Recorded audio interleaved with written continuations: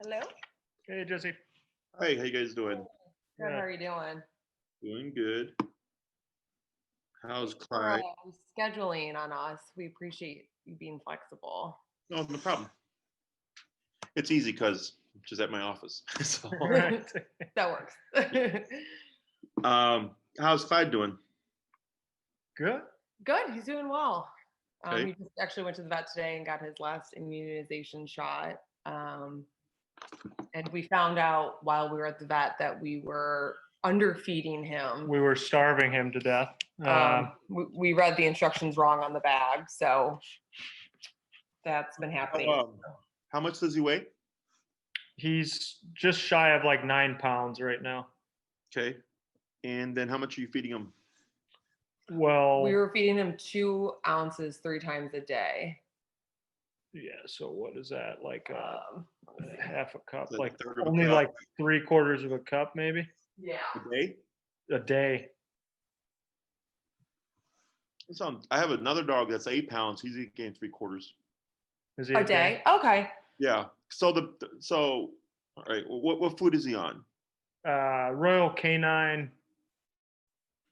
Okay. Well, Royal Canine's crap. It's what? It's crap. Oh, wow. I know. So it's not even a good food. Yeah. And actually, I think I was supposed to get Maddie in touch with you, correct? Yes, actually. And Oh yeah, you were gonna suggest because of his stool and kind of constantly having problems. Yeah. I'll shoot her a text right now.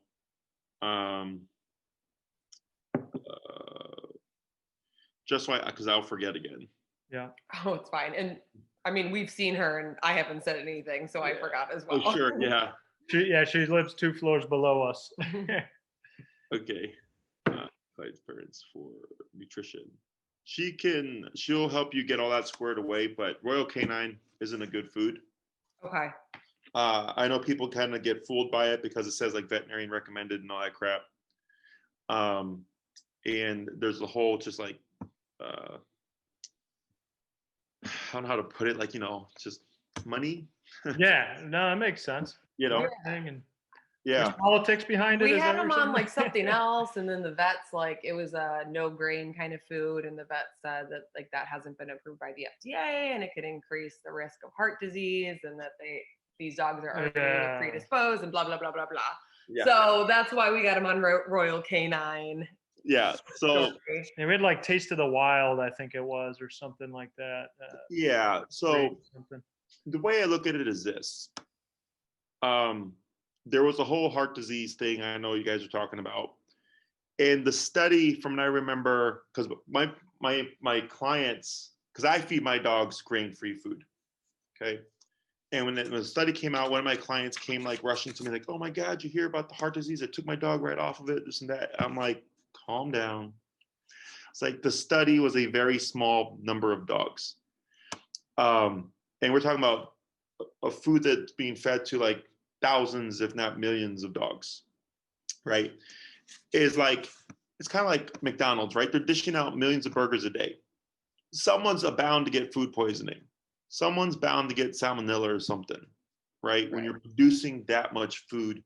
But also, like, there's people that smoke cigarettes every day of their life, a pack a day, and just die of like a normal death and not from lung cancer. Right. And there's people that smoke not so much and then get lung cancer. Like there's no concrete answer to anything or like guaranteed like this is going to happen. So I just tell people Royal Canine is definitely just not a good food. Okay. And Maddie can help recommend some to you. Her brands are different. Like Maddie knows this stuff like the back of her hand. And she likes European foods because they have a higher standard for their quality of food for dogs than the US does. Okay. So I would just wait till you talk to her. Awesome. And, she'll get you on the right track in terms of food, and she'll give you options. Like, Maddie feeds raw for like rudder and all that stuff. Yeah. But she also knows other options, and she like always asks people like, what's the budget? What do you want to feed? Do you want to do raw? Do you want to do kibble? And she gives people options. Okay. Cool. And then I always just say at the end of the day, do what makes you feel best at the end of the day. Yeah. Because, like, for instance, with puppies, your veterinarian would say, like, don't take your puppy outside because diseases, right? And then trainers like myself would tell you, socialize your puppy, right? Because it's a very critical socialization time for puppies, and we get puppies that come to my puppy head start here at my facility, and they've not been socialized, and they're just very awkward, and we get them over that. But that's why they come here for. But that's what we tell people, like, yes, I understand there's quarantine. Yes, I understand the whole thing about puppies getting diseases, but it's socializing your puppy on a responsible scale. Like, I don't take a 2-month-old puppy to the dog park because there's just too many variables. Right. But if you have a neighbor upstairs that has a puppy or has a dog, and you're like, is your dog vaccinated? And they say, yes, my dog's vaccinated. There you go. Right. Yeah. So plays with that puppy or that dog, just on a small, like, something is better than nothing. But also, like, I remember my cousin when he was my aunt's first son, and she was super protective of him and didn't let him play in the dirt or none of that stuff. And when he was older, he got sick all the time because he never got exposed to bacteria and germs and dirt and stuff that's just in the dirt when you play to, like, build up his immune system. Right. So I look at the same way with puppies.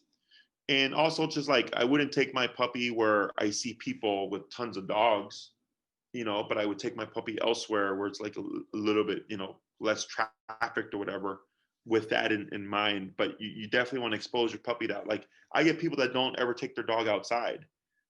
I'm like, no, that's too extreme. Like, take your puppy outside, walk them around, expose them to cars, expose them to people, expose them to dogs walking by. Like, they need to see that stuff. Because then you fast forward 2 months later when they've been isolated, all of a sudden it's just a shock to the system. Right. All the stimuli. We've been pretty, I mean, he goes outside, he plays in the park, he meets a lot of dogs walking along the way. Yeah. And we socialize him with a lot of our friends' dogs too. To your point, we don't take him to the dog park and stuff like that. But yeah. I'm glad to hear you say that about the Royal Canine, because, like, before we got the dog, we did our own, research for who knows what you're reading. But, a lot of it was like grain free. And then the vet was like, no. And now we're curious. Definitely. Thank you for connecting us with Maddie, and we'll talk. Yeah. Well, the way I look at it is as, dogs they're not meant to be in a home. Okay. Like, dogs aren't even meant to look like dogs. They're wolves and dingoes and coyotes and all these things that people were able to capture and domesticate, and then we just, like, built it from there, right? Is a dog won't go out harvesting grain. Right. Hunt a squirrel, hunt a rabbit. They're going to eat protein. They're going to eat meat, right? And I'm sure they eat, like, sticks and stuff like that too. But so for me, I'm like, the grain free doesn't, in my opinion, matter because of that factor. Yeah. Like that. But yeah, it just, people flip. I'm like, people went to the extreme, and I'm like, look, if you don't want to feed your dog grain free, then don't feed your dog grain free. I don't care. But, like, it's not as big of a spiel as people think it is, because if you read the study, it was actually, like, just a small number of dogs. And, this is food that's being served to, like, again, hundreds of thousands, if not millions of dogs. Yeah. So that's how I think about it. But at the end of the day, always do what makes you feel best. Because this way, if something happens, like, well, I thought I was right at the time. So, right. Yeah.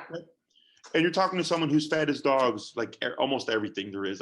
When I first started, they were on IMS, and then I bumped them to, like, Blue Buffalo.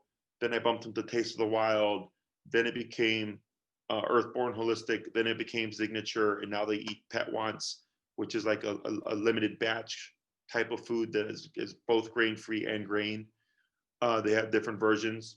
So, and I get my dogs eat Chipotle and McDonald's from time to time too, because I hate wasting food.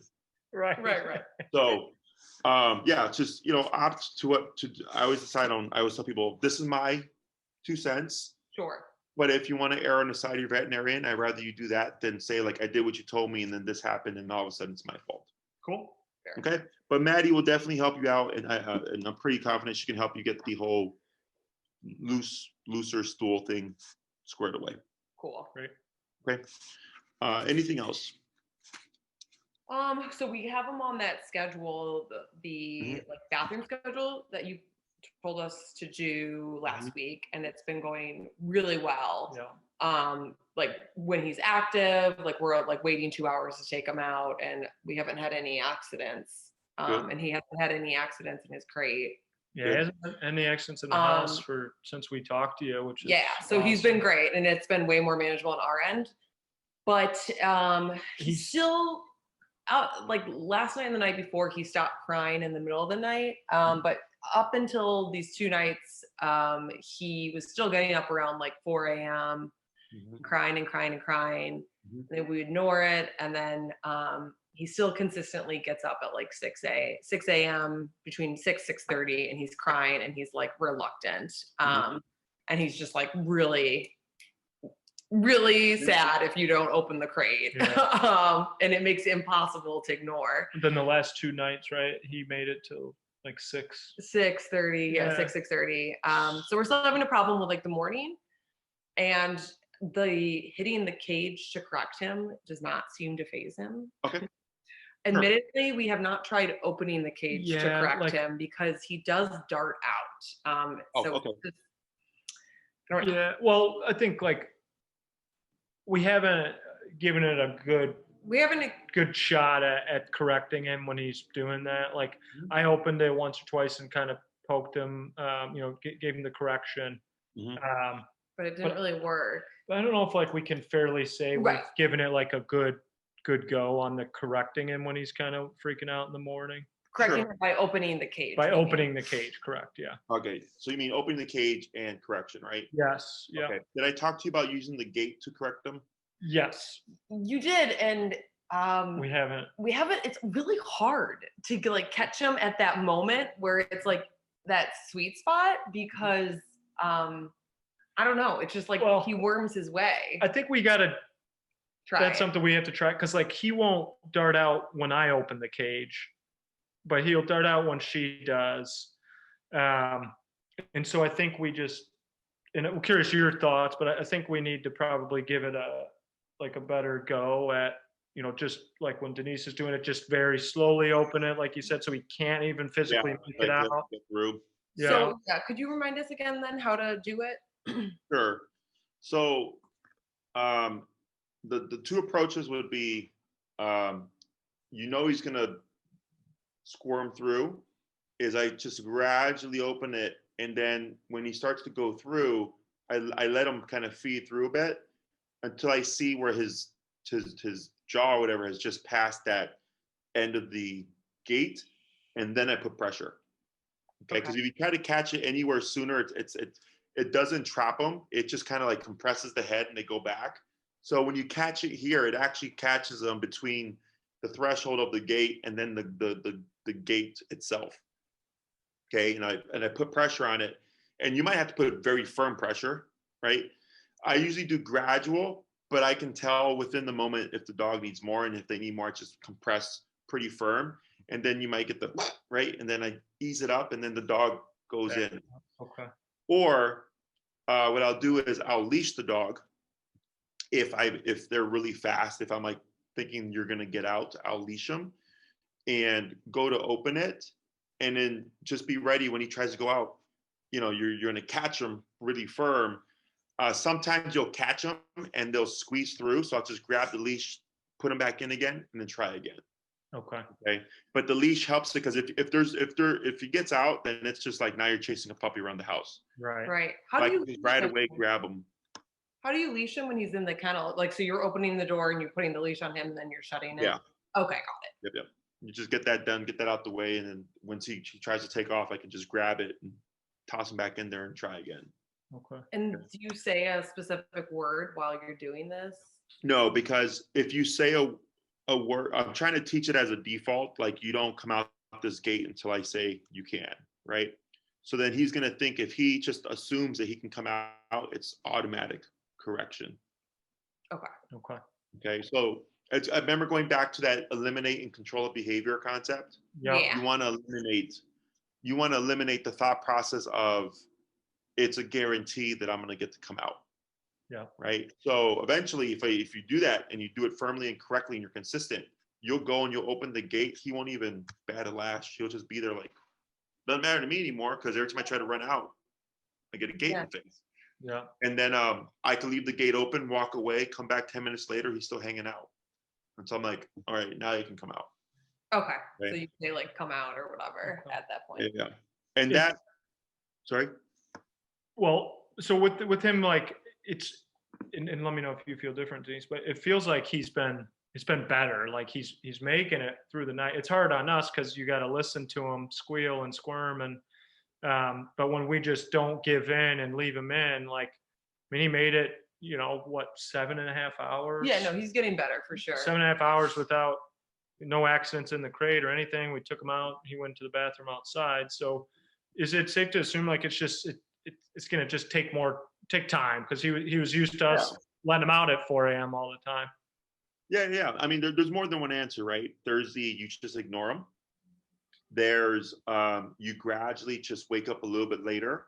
So if it was 4 a.m., then maybe for a couple of nights I wait till 4:15 and 4:30, right? Or I correct them. Okay. So there's no right or wrong answer. Me personally, I mean, because I've been doing this for 10 years, like I'll get it done within like 10 minutes. Okay. So on the first night I'm sleeping like a baby. Because I know dogs, and I already know all the answers to correct them, that I can just jump straight to it. Okay. So you would just go straight to the correction. Yeah, that's me personally. But the other options also work. Okay. I don't care. There's no right or wrong for me, because like, let's say you were correcting them, and for whatever reason, maybe it's just not working for you in that particular context, right? But you are doing it. Well, then you're essentially going to end up going back to what you're doing now, right? So I think you're fine, because if you're already able to sleep till you said 6:30, but then like the past couple of nights or something, or yeah, you're right. So we've been able. He's now going straight through the night until 6 or 6:30. Yeah. So that's pretty good, and it's only been a week. Like it does take. I'd give it a couple of weeks. Corrections, things are very quick because you're just proactively confronting it, right? But now what you're doing is like we're going to ignore you, and we're not getting up till 7 or whatever it is. Okay. Right. So, but since there's nothing there to just cap him, he's going to keep that whining, whatever, until eventually he's like, all right, I'm not going to get my way, and then he'll just sleep through. Okay. But that could take up to weeks, you're saying? Yeah. Okay. Cool. Yeah, because the problem is, we have to get up on a consistent schedule, so we can't like delay when we get up. So I know last time you told us to say like, even if we have to get up, I've been like coming downstairs and like putzing around for a half hour, getting ready while he's crying, and then I'll go up and get him. Okay. I see. Sure. Yeah.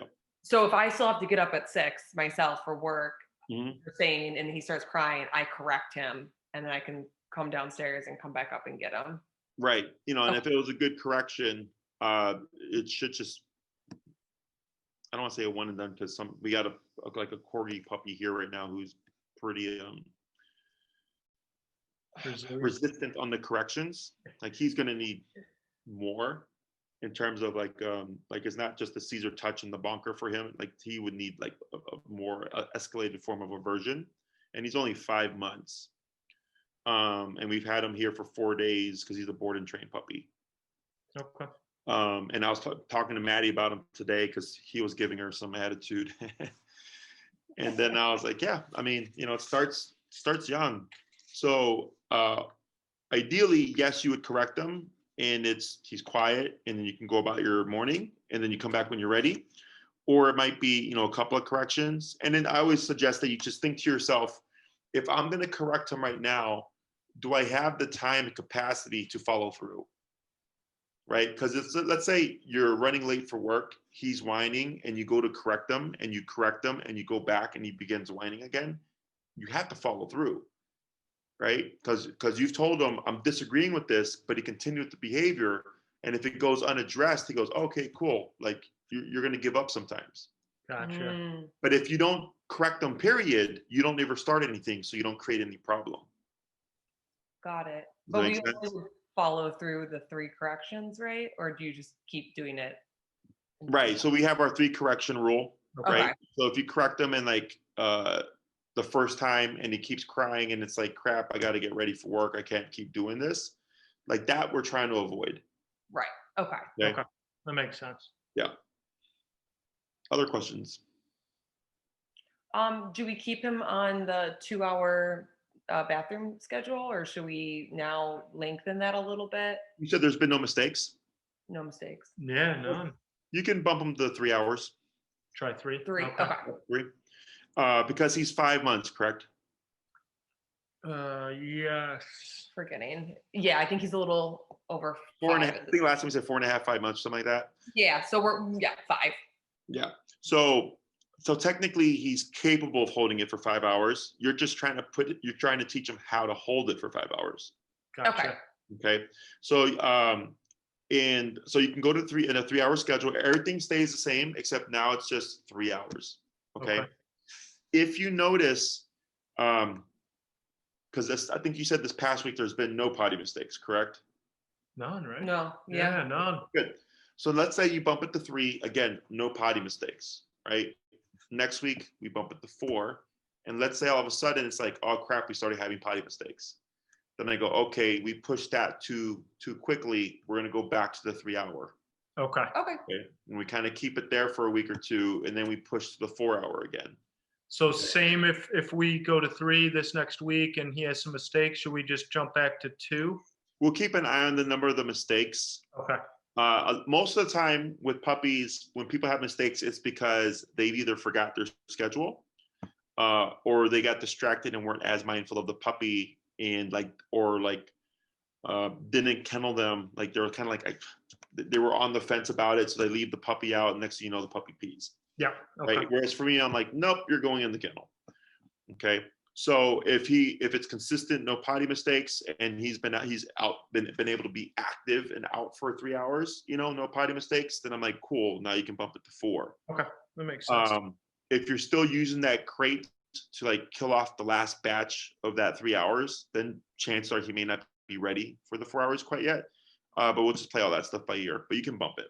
And because you would put him in the crate, like if it looks like he's about to potty, you just take him up there because it's not quite the 2 hours yet, or in this case, it's not the 3 hours yet.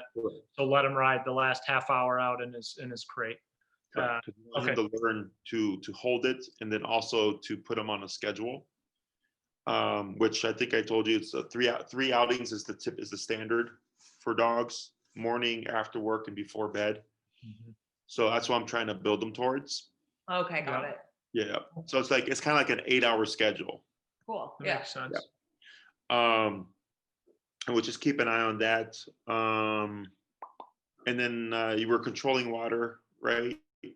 Yeah, he doesn't seem to be drinking a lot of water though. But yeah, we're that's common. No, but like dogs and puppies are pretty good about just taking in what they need. Okay. Okay. And I don't think when I get a puppy that drinks a lot of water, like it makes me suspicious. Okay. That's good to know. So yeah, I think you're fine with that. Okay. He's taking his laps of water and stuff. It's just not like overdoing it. Sure. Okay. Anything else? No. No. No, I think that's it as far as what we've been doing, and yeah. Okay, so we covered essentially corrections, and then the potty schedule is just work in progress. And you might he could be doing really well, and then all of a sudden regress. It's normal. Anytime if you do come across a potty mistake, I'd like for you to just look at the context. Why was there a potty mistake? Oh crap, we're 30 minutes over the time limit. Okay, that's probably why we went over the schedule. Or, oh, we forgot to put the water up, so he must have had water, off schedule or something like that. So that this way you can adjust to whatever it is to prevent that from happening again. Okay. But sometimes there is regression in potty training. It's normal. I wasn't potty trained in the day. So dogs take time. But otherwise, I think you'll be just fine. Okay. Great. Okay, cool. Anything in particular that you would like to cover? I mean, I don't know. You tell us like where this falls in order of importance, but I guess like walking, teaching Okay. them how to walk. I don't know though. Is there anything else that we're not even thinking of with respect to The puppies? most important things are crate training, potty training, and correcting. Yeah, I feel What like do you we're think? I feel like we're pretty getting good with the correcting on just like a lot of the day-to-day stuff. Yeah, we're having a problem, big problem with the wood chips. Still having the wood chip problem. Okay. But to our fault, we haven't been using the gentle leader every time we take them out because it's such a pain to put on and off. It's So, so hard. what's going on with the gentle leader with putting it on? It's so hard. It's by yourself. It's kind of challenging. Yeah, to like get him like he's wiggling and it's hard to get it around his like. Oh, sure. Yeah. So he's resisting the gentle leader. Yeah. Yes, he hates it. He very resistant of it. What? You can correct that. Oh. Okay. So what we do is I would leash him to his flat collar, and then I'll kneel down with my knee on the leash to keep him stabilized. Okay. I go with the gentle leader. You're familiar with how to put it on, right? With you put the I personally put the clip around the neck, and I keep the snout part very loose, and I just loop it over the nose, and then I pull up, and then I lock it. Okay. Okay. Oh. So what I would do here is you have him clipped to his flat collar, your knee is on the leash to limit his range of motion. You clip the neck part of the gentle leader, and you pull the bottom portion out, or the snout loop up. And when you go over his nose, he might wiggle. When he wiggles, you're going to correct him. Okay. Now wait a moment. Then go to do it again. Okay. I wish I would have recorded it. We had a dog here who was super resistant to the gentle leader, but he was very receptive to corrections. So I think within 6 to 8 corrections, he cut the crap. And then after that, he would just let me put the gentle leader on him. Okay. Yeah, we have not corrected him. We've never corrected. Yeah, with the gentle leader. So that's something we'll try. Mm-hmm. So then when we do have the gentle leader on, we like watched some YouTube video that gave us this idea. I don't know if we've like started the worst habit ever, but I've been having like treats on me so that like he's walking with the gentle leader, like at first he'll be like really fussy and like trying to like knock it off with his paws, and he's like scraping his nose on like whatever he can find. But then once he like knocks it off and starts walking how we would want him to walk, I'm like very like I praise him, I say good boy, and I'm like giving him treats as we're walking. Sure. Is that correct? So with the gentle leader, you're only going to get so much control or reliability. Okay. And it's more so I just focus on making the dog comfortable with it.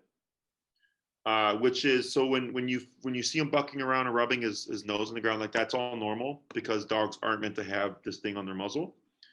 And typically dogs are resistant to pressure. So pressure would be when you pull on the gentle leader, if you pull up, this happens, right? You pull the snout up. So then a lot of puppies will kind of buck around because they don't like that sensation. So what we do is pressure exercises, okay? And I wonder, I'm not sure if we have any with Maddie that she's done with the puppies here.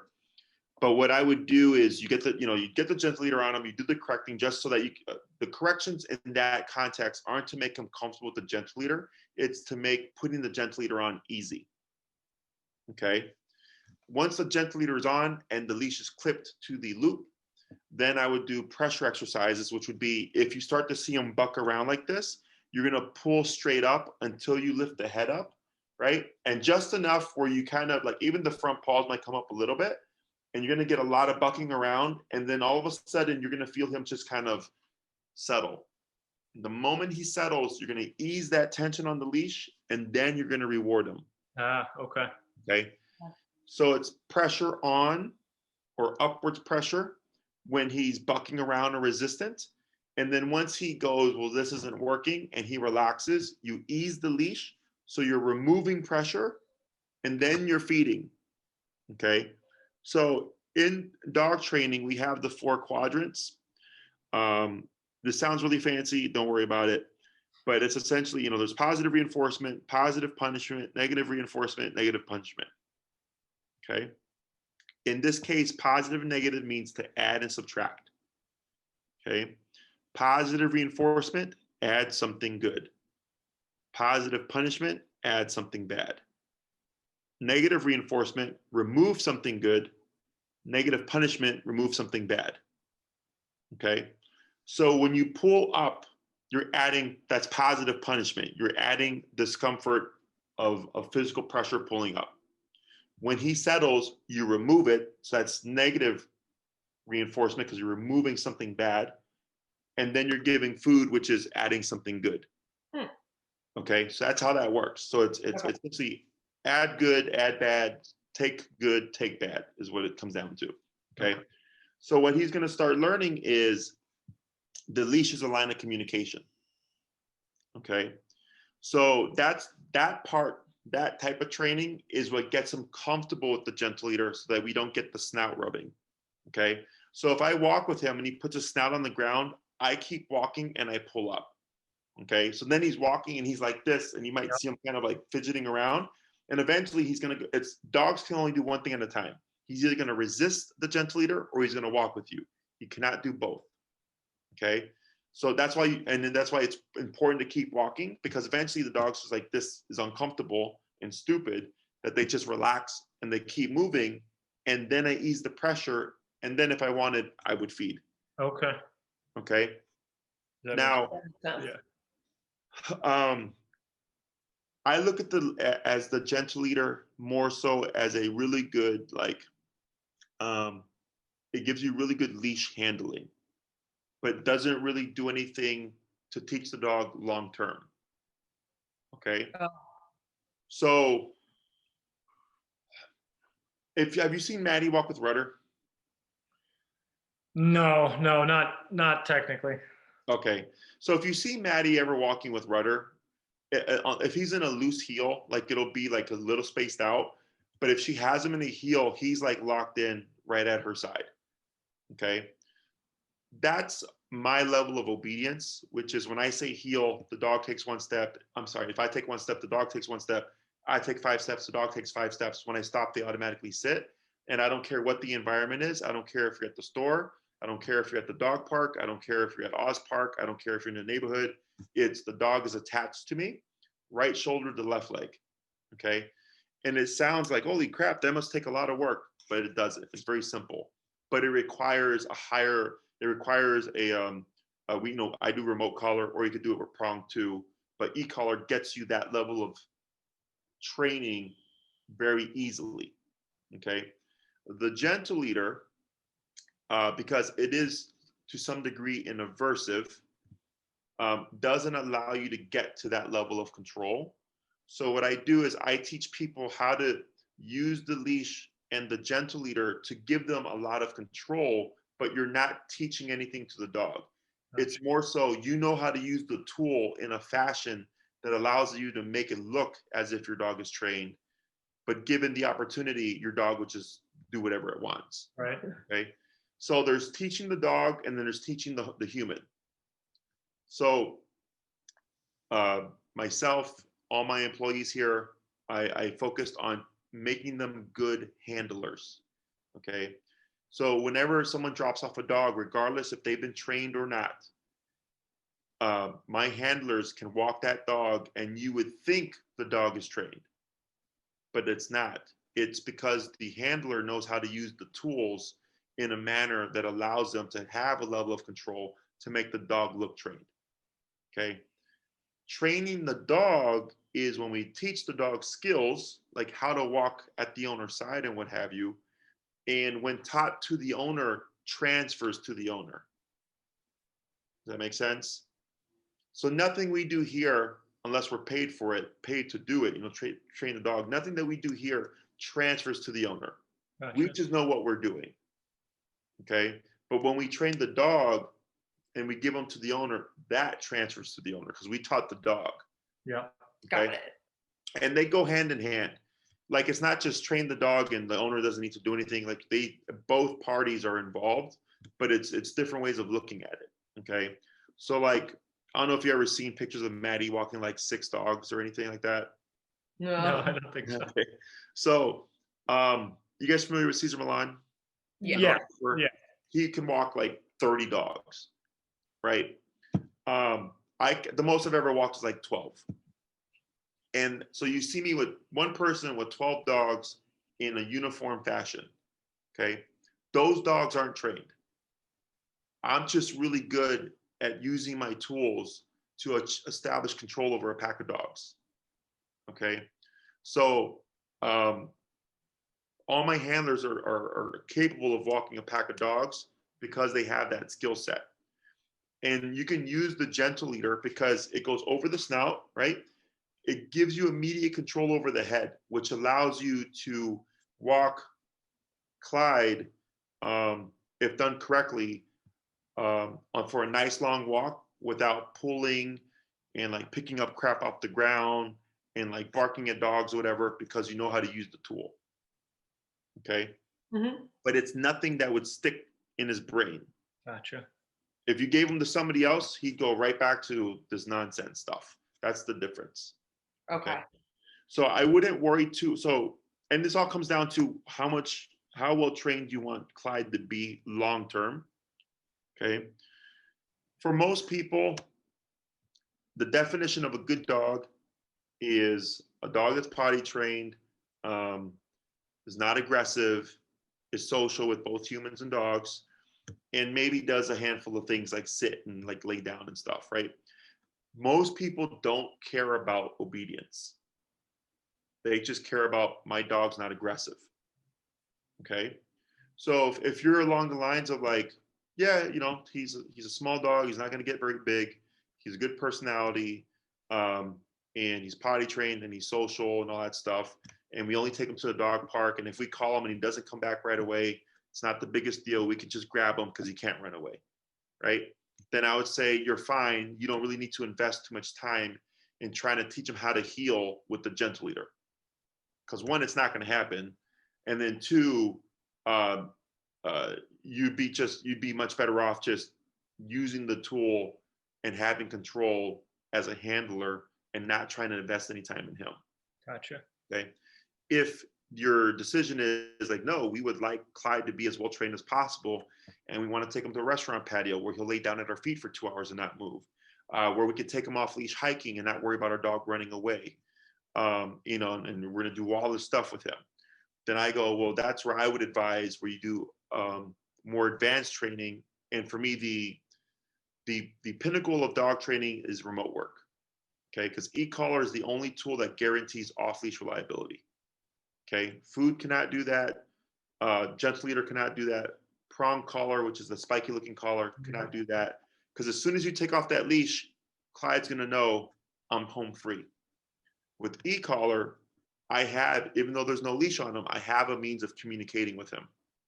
So like Rudder is e-collar trained. All my dogs are e-collar trained. Every dog that I train after 6 months is e-collar trained. Okay. And so if we're more in that camp of, and I think you agree, like we want him to be obedient. He doesn't have to be the most perfect obedient dog in the world, but definitely more on that camp of like, when we call him, he should be coming, he should be sitting when we're out at a patio or something like that. He's like a good walker. Yeah, if we go hiking, like, yes, he shouldn't be running away. So I think we're more in that camp. Mm-hmm. And would you start that kind of stuff after 6 months? Is that? Yep, at 6 months is when I start them. Mm-hmm. Okay. That's typically with puppies where they're mature enough to be put under more pressure, and I can build like, so I have like 3 or 5 6-month-old puppies right now who are like little tyrants, and they literally did one class of e-collar and it's just 180. Yeah. Because so like they're picking up sticks and digging up dirt and barking and lunging everywhere and all that stuff. And I told the owners, I'm like, it's because nobody's biting this dog. Yeah. Right. We did literally one class. I'm going to make a video on it too to explain the process, but one class of e-collar, and everybody's just like, the chewing the stick stop, the lunging stop, the pulling stop, the barking stop. I'm like, yeah, because you disciplined your dog now. Okay. Now you guys are a step ahead because you're doing the other stuff. You're doing the bunker or the Caesar Milan touch, right? So you're already implementing that. But these were cases where the puppy was going 6 months, and one of them was actually, two of them were actually at a year, and they were hoping that it was going to outgrow the behavior, but it got worse. And same thing, they did one class with e-collar, and all of a sudden the dog's well behaved. So is the e-collar just another form of correction? Yes. Essentially. So, have you ever been to a chiropractor or physical therapist? Yeah, once. Did you ever have stim, that machine that moves your muscle? No. Are you familiar with that? Yes. Technology? Yeah, that's an e-collar. Oh, got it. Yeah. So people typically think it's like a taser. They think it's like electrocution. That's just ignorance. It's they use the technology on humans, and if anything, it's more refined than the technology they use on humans. Because with humans, there's risk of electrocution. They can't use it if you have like a pacemaker, and there's also risk of electrical burn if they don't set it up correctly. Okay, our e-collars are fully waterproof, both the receiver and the transmitter. There's no risk of burn, and there's no risk of electrocution. Interesting. Okay, so it's a muscle contraction, and the reason why it's effective is because, like for instance, my Chihuahua, he's 9-ish pounds, and when I first got him many years ago, he was a feral dog. He lived the first year of his life outside, and he was very dog aggressive, and he would be lunging and barking like, right? And at that time, I was training on a prong collar, and I would correct him with the prong collar, and he would need so harsh of a correction that he would go spinning. But then he'd go back to lunging and barking. And it would typically take about 3 corrections with the harsh yank before he would stop. And he's only 8 to 9 pounds. And people were like, what are you doing to this dog? I'm like, well, it's not like it's really even hurting him because he just keeps going back to lunging and barking, right? E-collar makes that so much easier because there's no yanking involved. Yeah. Okay. It's all through the muscle contraction. And he's a wimp with the e-collar. So his number was very low, and it resolved all the issues. So for small dogs, it's the easiest because there's no physicality. And then for big dogs, like I had a young lady, she was like 90 pounds with a 150-pound Great Dane. And he was dog reactive. So when he saw dogs, he would just blow up. Yeah. Oh, So 90-pound person, 150-pound dog, she did prong with e-collar because she needed as much leverage as possible, and we got the problem fixed. That's great. So knowing that we want to kind of work towards that level of obedience, and I mean, he's not old enough yet to have the e-collar. So I guess, like, how do we use the gentle leader? Sure. So what you would be doing now to kind of further that goal? Yeah, right. Yeah. So I've trained dogs on e-collar who've had 0 training and they're like 3 years old. And I get them to the same level as any other dog. Okay. So you can do stuff now, right? But don't worry about like, oh, we need to do this to make this better, because in my experience, it really doesn't matter. Okay. Really what you would be doing now with the gentle leader is it's to make your life easier, right? To make going on a walk and not having to worry about him picking up cigarette butts and glass off the ground, because you have immediate control over him. Okay. And if you want to get him to the use of the concept of pressure, because pressure remains the same. You have gentle leader pressure, which pulls up on the snout.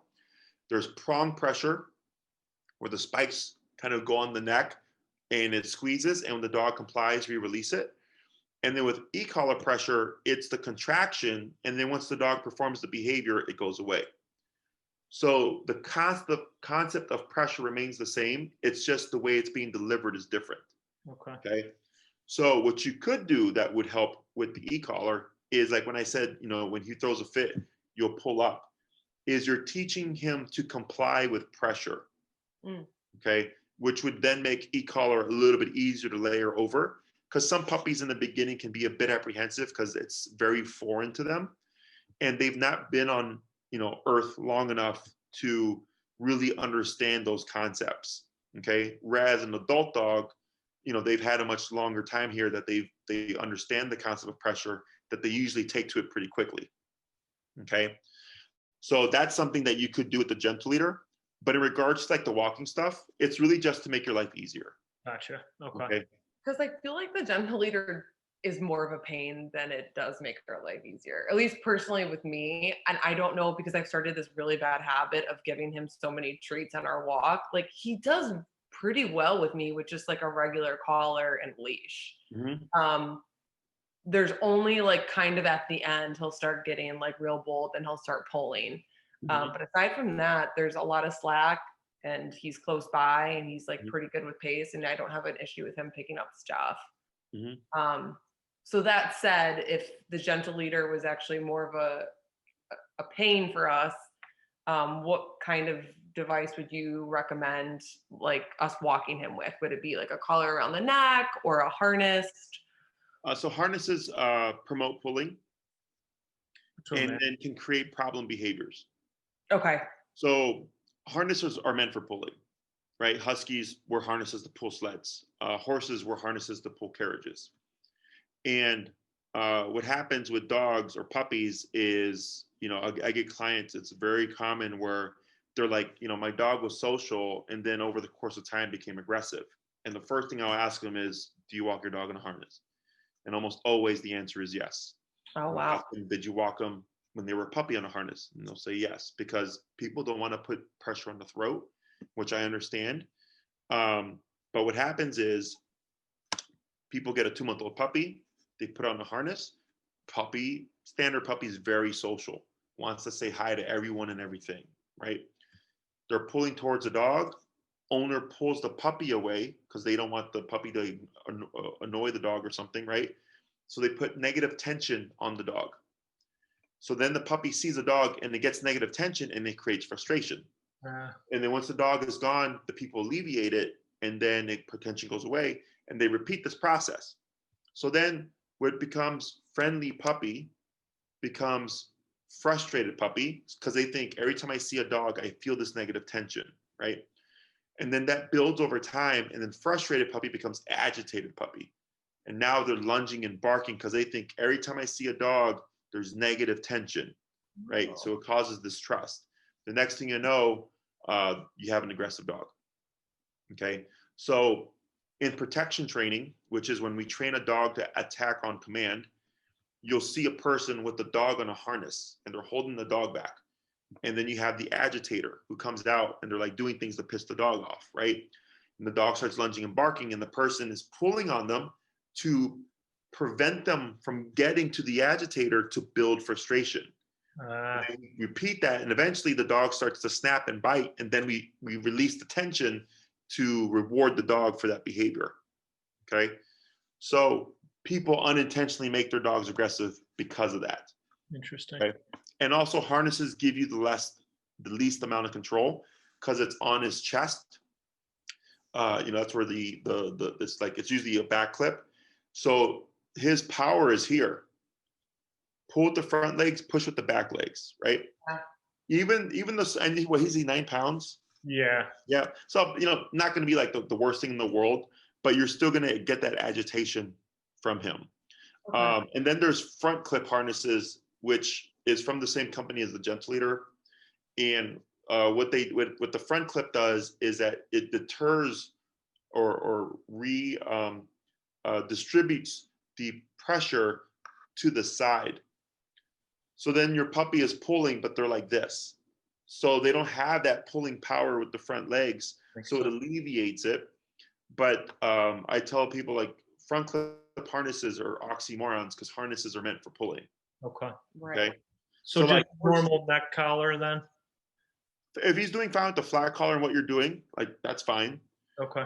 He's not doing he's definitely still pulling. He's not perfect.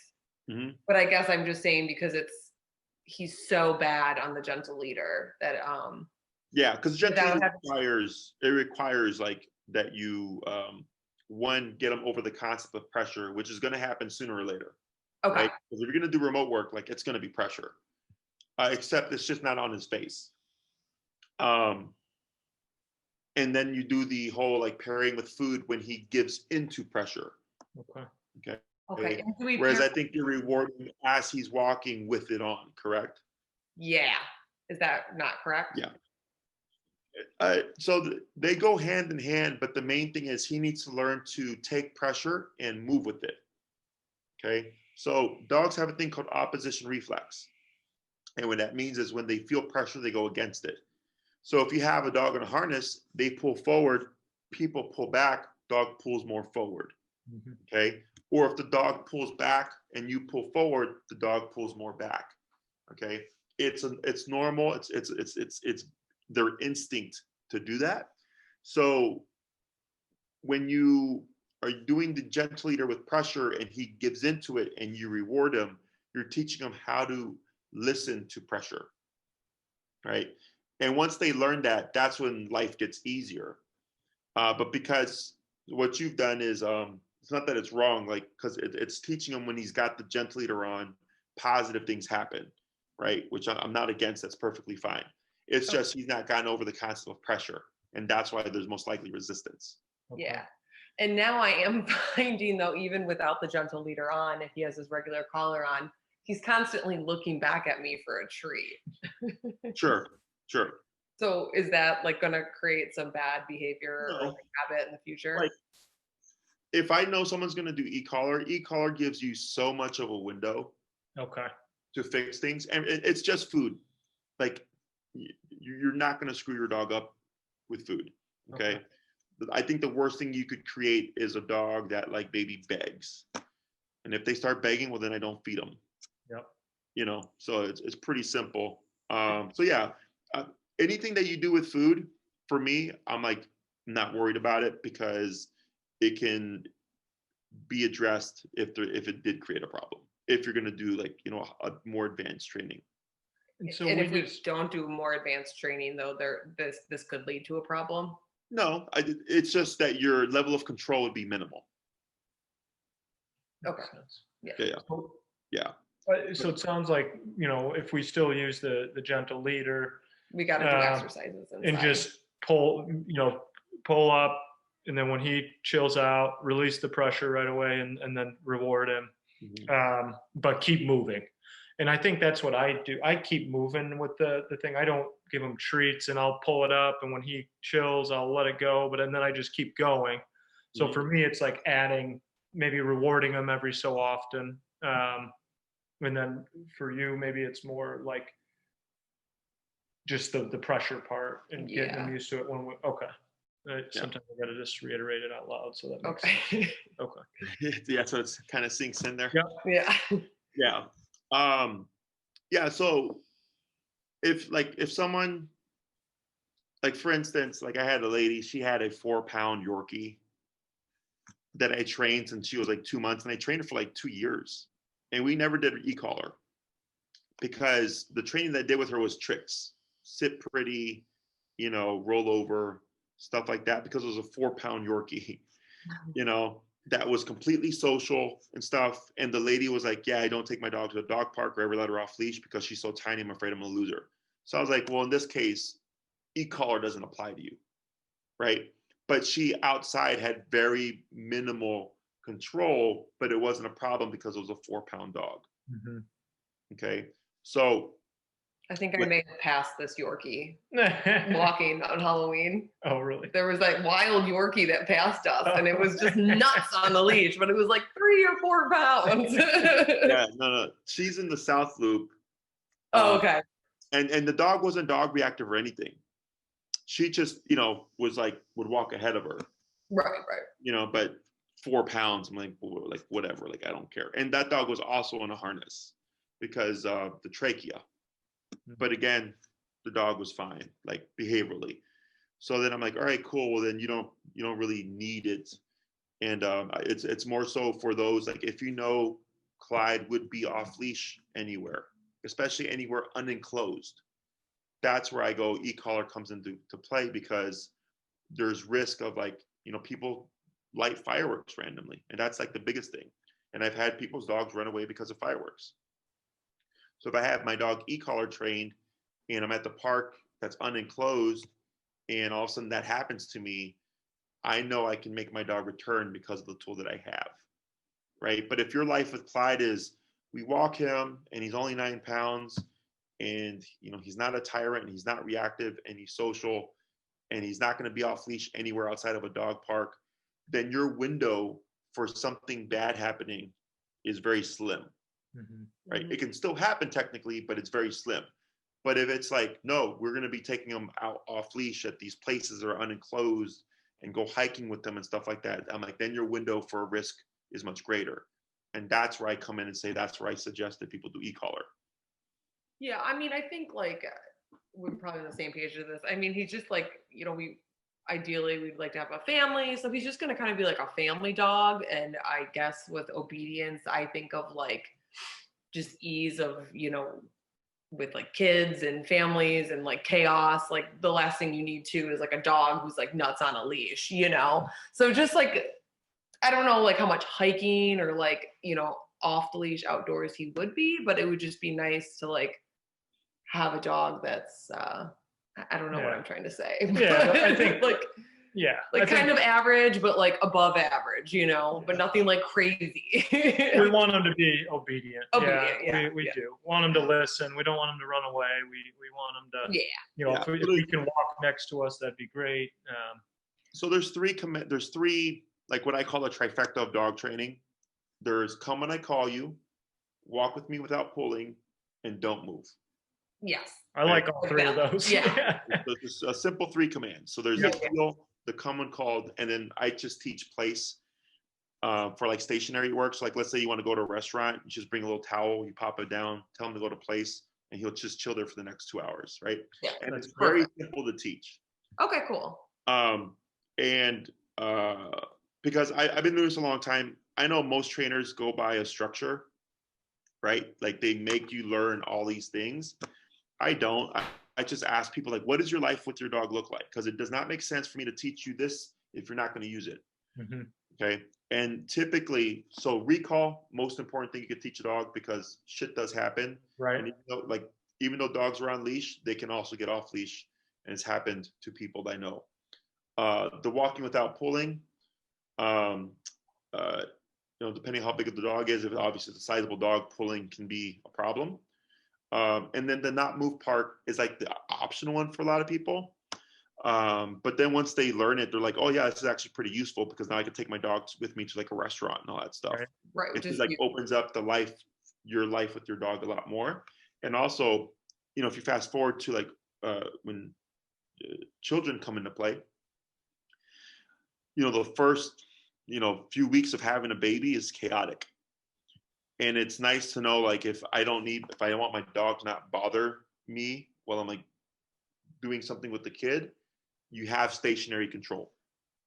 Okay? Yeah, I guess that's what I was trying to articulate in a really bad way. It's already been done. The dog already knows how to do it. The only difference now is there's a baby. That's great. Right. Yeah. Yeah. Because I've worked with plenty of families that were expecting or just had a baby and stuff, and like trying to train when you just had a baby, it's not a good idea.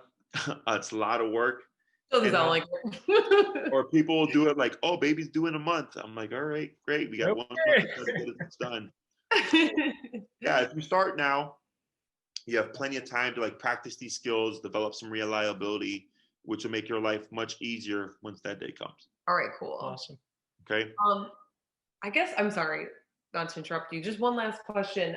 We are leaving for out of town this weekend. We're going to do it at his sister's place, and we're bringing Clyde with. I don't know, like, do we just like stick with the schedule as usual? I mean, is there any like problems you foresee happening with him being in like new territory? Maybe a little bit of separation anxiety in the sense of like if he's away from you because it's a completely foreign environment. So like we're going here and you're planned for it. So when you get there, it's not a surprise to you. So like if I travel with my dogs and I go to a hotel, I bring a kennel. Yeah. Yeah, we're gonna bring his kennel. It's completely foreign to them. Mm-hmm. So the kennel is just familiarity. It's got the scent from home and stuff, and it just helps kind of bring a little bit of stability. Okay. And, don't be surprised if maybe he seems a little bit more anxious, maybe a little bit more unsettled. Just ignore him. Don't try to coddle him. Don't try to console him. Just allow him to kind of get over it. And if he does anything that warrants a correction, you would correct them just like you would at home. Okay. Okay. Okay. But otherwise, stick to the same schedule and everything. We'll bring Okay. this great. Best you can. Awesome. Anything else? No. So I guess we're just is he too young now then to be touching on these like recall and these like building? Oh no, no. Actually, that was good that you said that. Definitely do recall stuff with food. Okay, like with the leash or a long leash if you want, because if you call Clyde, it's pretty simple. You call Clyde, you move backwards with your hand down low to the ground, so he sees, hey, what's in your hand? Yeah. It gives him a target, and when he comes to you, you feed him. Good boy, a lot of praise. We never punish a dog for coming to us, even if like you're pissed off. Like if he's running away and you're like, "Hi, get over here," right? And then he comes to you and you try to punish him for running away. He's not going to think you're punishing him for running away. He's going to think he came to you and you punished him for coming to you. Okay. We never correct the dog for coming to you, no matter how upset you may be. Okay. Always reward. Ideally, at this stage, I always have something for the dog. Okay. Whether it's a piece of cheese or a piece of chicken or a treat or whatever, because I want him to think every time you call him, he's going to get something out of it. And it will make your recall even better down the line when you pair it with remote. Awesome. Okay. Glad you mentioned that, because that's probably the biggest thing. Like when he gets even just to try to get him to go outside, if I'm not in reach, like I'll call him and he just stares at me from the other side of the room, just like, I don't know about that right now. Yeah. Don't you say though, when we're trying to get him out, not to say come in like a recall manner, like we're supposed to say something else? Right. So if you're doing recall training, what you would want to do is get a long leash. You can use a short leash too. You just do what we call short leash recall, which is if Clyde's at the end of the leash in the yard and I'm at the other end of it, once he's done, Clyde come and I move backwards and I pull to like initiate the movement, and then I feed him once he arrives. Okay. Right. But I have the leash on him. Right. Okay. Or there's long leash recall, whereas like you'd be at the park, he's 30 feet away, you have the end of the long leash, Clyde come, but now you have something to reel him in if needed. Okay. What I wouldn't do is what you were saying is try to call him if one, you feel like he's not going to return, or two, you don't have the means of making him return. Okay. Then you do it, what you were saying there, where you just go and you grab him. Or you say something else. Okay. Like, let's go outside, saying like that. Okay. Right. So you're not trying to train him to recall. You're just. Right. Because that's a gambling moment. Gotcha. Okay. Right. Do you correct during that moment though? If you say like outside and he doesn't come with you? You can't there because he's not going to tie it together. Okay. Yeah. That's why I just avoid it and I go and grab the dog. Okay. E-collar is different because now you can technically like put pressure on him at a distance, and when he moves to you, the pressure goes away. Okay. Okay. Yeah. But with this, like if you call him and he doesn't come to you and you go and you correct him, he doesn't tie that together. Right. Okay. Yeah. Cool. Okay. But definitely and actually, if you go to our YouTube channel and you look at I made a playlist for Maddie. It's I think it's Maddie's puppy lessons. You'll see all her like videos and stuff, and I believe she's got a couple where she's doing recall, so you can get an idea of what it looks like. Perfect. Okay, cool. Perfect. And could you send us the bonker video too? Oh yeah. Bonker video. Okay. Awesome. Well, thank you so Yeah, much thank you, again for your Jesse. flexibility. You're We welcome. appreciate No it. worries.